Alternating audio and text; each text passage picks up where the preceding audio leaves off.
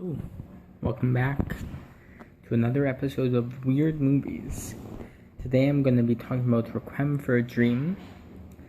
After having watched Pi by the same director, I watched Requiem for a Dream.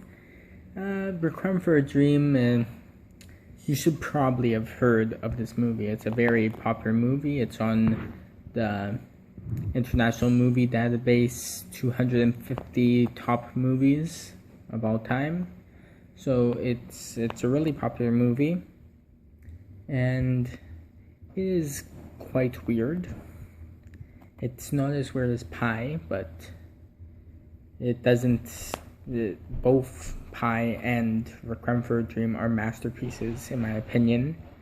I'm looking forward to watching The Fountain from the same director and Black Swan.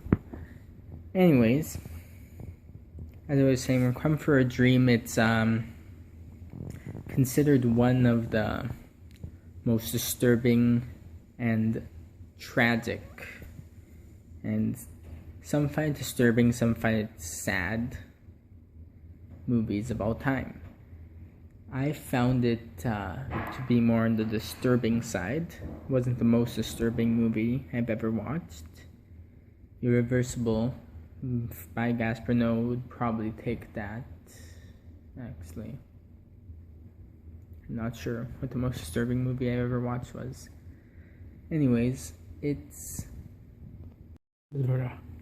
story is about four people whose lives are ruined by drugs, and they're all related to each other. It's four individual storylines. Three of them are young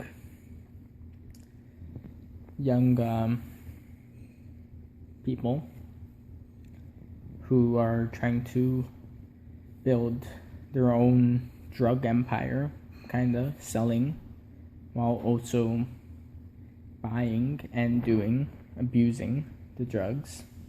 And then the most interesting and the weirdest and storyline is one of those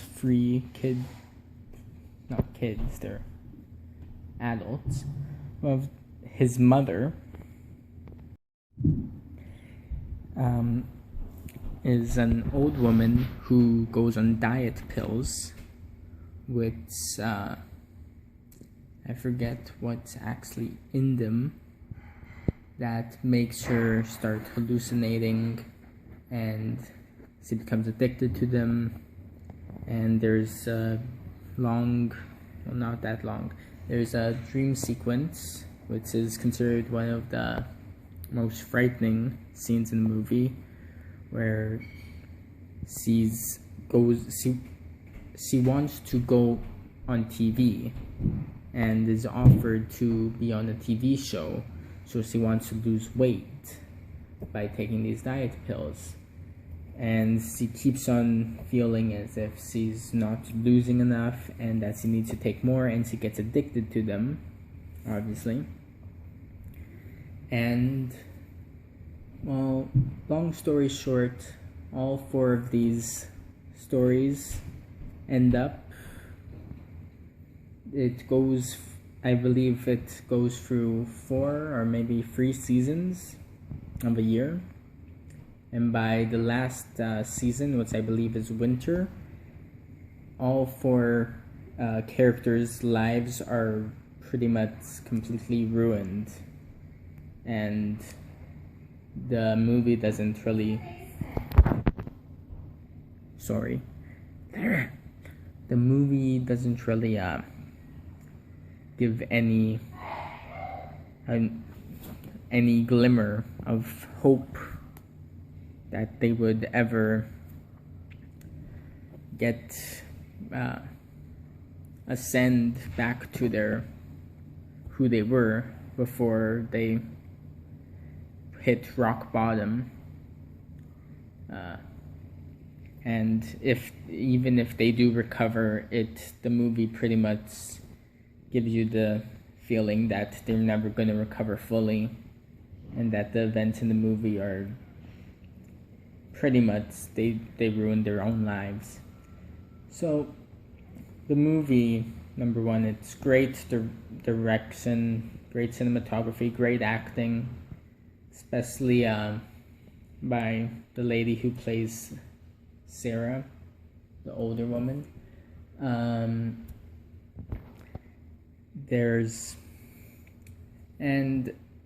this story of addiction and drugs and why they're not good has been done over and over and over again, but it's really about how you tell the story, and this movie tells it in a very depressing and disturbing manner.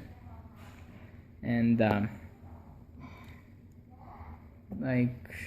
I've read and watched stories like this many times. A lot of authors write about addiction from first-hand experience.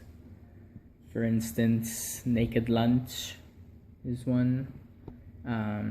William S. Burroughs. David Foster Wallace's Infinite Jest. Philip K. Dick's A Scanner Darkly. There's a whole slew of stories of drug addiction. And all of the four things I mentioned, Naked Lunch, Requiem for a Dream, Scanner Darkly, Infinite Jest, they all do a pretty good job at telling the story, and it's not a boring story. It's a very scary story, and it's one of the horror stories of modern life. Anyways, I'm gonna end this off here. I should have prepared more for this video. I'm just talking from the top of my head, so I'm sorry for that. Anyways, goodbye. Next time I'm going to be talking about, what did I just watch recently? Give me time. Of Glass, that's what I'm gonna be talking about next time, which is one of the weirdest movies I've made a video on.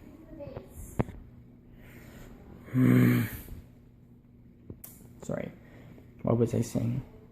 One of the most surreal movies out of all the movies I've done before, that's probably one of the most surreal ones. Not one of the most surreal I've watched, but it's a great movie by Werner Herzog. He's a great director. I'm watching one of his movies every Friday. I already did a video for The Wild Blue Yonder. Yeah. Well, anyways, see you next time.